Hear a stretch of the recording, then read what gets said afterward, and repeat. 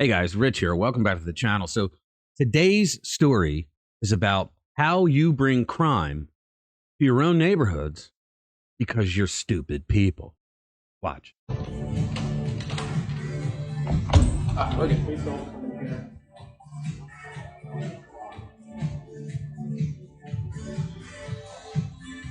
Oh my god. Wow. Oh my god, the store is empty. So you have these bystanders who caught nearly 36 punk-ass thieves who ransacked an Yves Saint Laurent. I hope I didn't murder her name. Now this store is in Glendale, California. This is supposed to be an upscale place in California. Wasn't this kind of shit only supposed to happen in places like Compton, Oakland, San Francisco? This wasn't just a grassroots robbery, folks. When you look at them, they all have hoodies on and they're all wearing masks. And most of them are wearing black clothing. I would think they were Antifa, except their skin color makes them look like Black Lives Matter. And the people watching go, oh my God. Well, what did you expect to happen? You people in California voted to knock anything below $950 stolen from a store to be a misdemeanor. Misdemeanors don't even get jail time in California. You're lucky if a cop comes after you if you don't show up for your warrant. Some felonies don't even get jail in many cities in California these days. But what did you expect?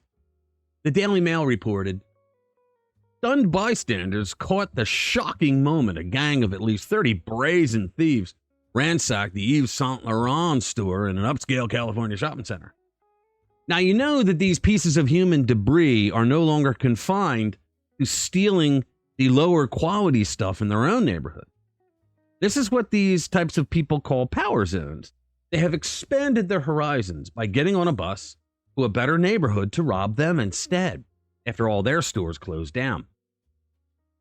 It goes on. Videos posted online showed multiple people in dark clothes, hoods, and masks running into and then quickly out of the store at the Americana at Brand shortly after 5 p.m. Tuesday. The idea here is to overwhelm the workers at the store. If you see close to 36 people running into your store and just running around grabbing things off the shelves and off the racks all over the store, they're all dressed alike, they all have hoodies, and they're all wearing masks, you're going to be in such shock that you're not even going to think about calling 911. And in many of those cities out there in the leftward land of silliness, calling 911 is called dial a prayer, right? It goes on. Glendale police said that the thieves got away with about $300,000 worth of merchandise after they overwhelmed the staff and took everything they could in less than a minute. So they got $300,000 worth of stuff in less than a minute. What the fuck did they do? Did they practice for this shit?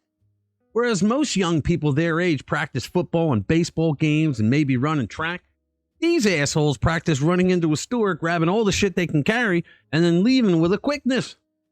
I mean, if some type of game show was going to be on TV where you had to do something like that, I guess this would be pretty useful, but not to this neighborhood. It goes on. None of the thieves used any weapons in the brazen scheme, and no injuries were reported. Do you see what they're doing here, the Daily Mail, trying to desensitize you to what happened? So we're supposed to give them some sainthood because they didn't use weapons? And why do they keep calling it a brazen scheme? It was a crime. A crime that went above the misdemeanor level of $950. This is what happens in Democrat-run cities. And in this case, you can blame the people of California. You dumbasses brought this shit on yourself. When you vote like a liberal, you are voting against your own self-interest. But, oh, you could virtue signal people. We lowered the amount to $950 and below a misdemeanor. Yeah, and look what it got you. It got you these raids in your stores. They destroyed the stores in their own neighborhoods. Now they're coming for yours. And things just keep getting worse and worse and worse in your blue cities. But I guess things are not bad enough yet because you just keep making things worse for yourself. You know, and then people keep saying that they are oppressed and that's why they do it. Well, if you're oppressed, then why do you keep voting for it? You can't call yourself oppressed if you keep voting for it and you keep voting for it. Self-government is a great thing until you give that power to a bunch of stupid fucking people who don't know how to vote for themselves. I mean, where did they get the number $950 to be a misdemeanor?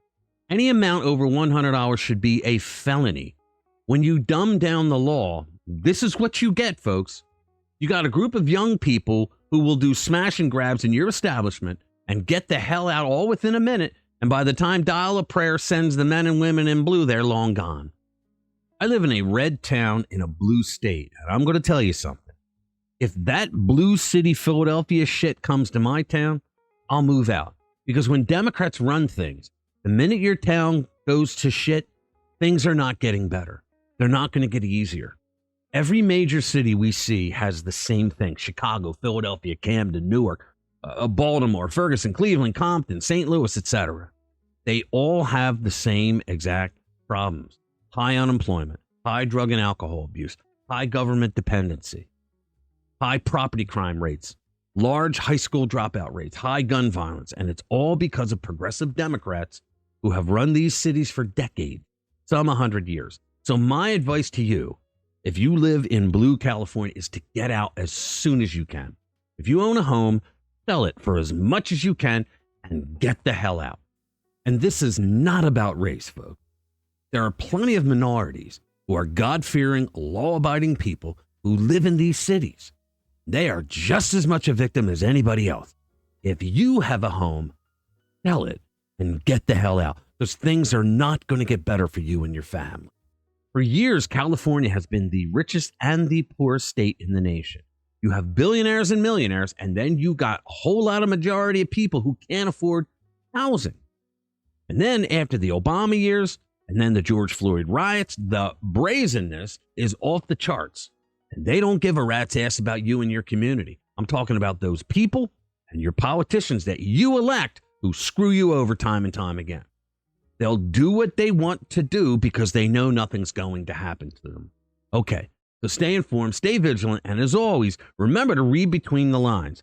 Thanks for watching this video. I'll see you in the next one. You got me feeling like a firebolt, high in the sky, looking like a thunderstorm, boy.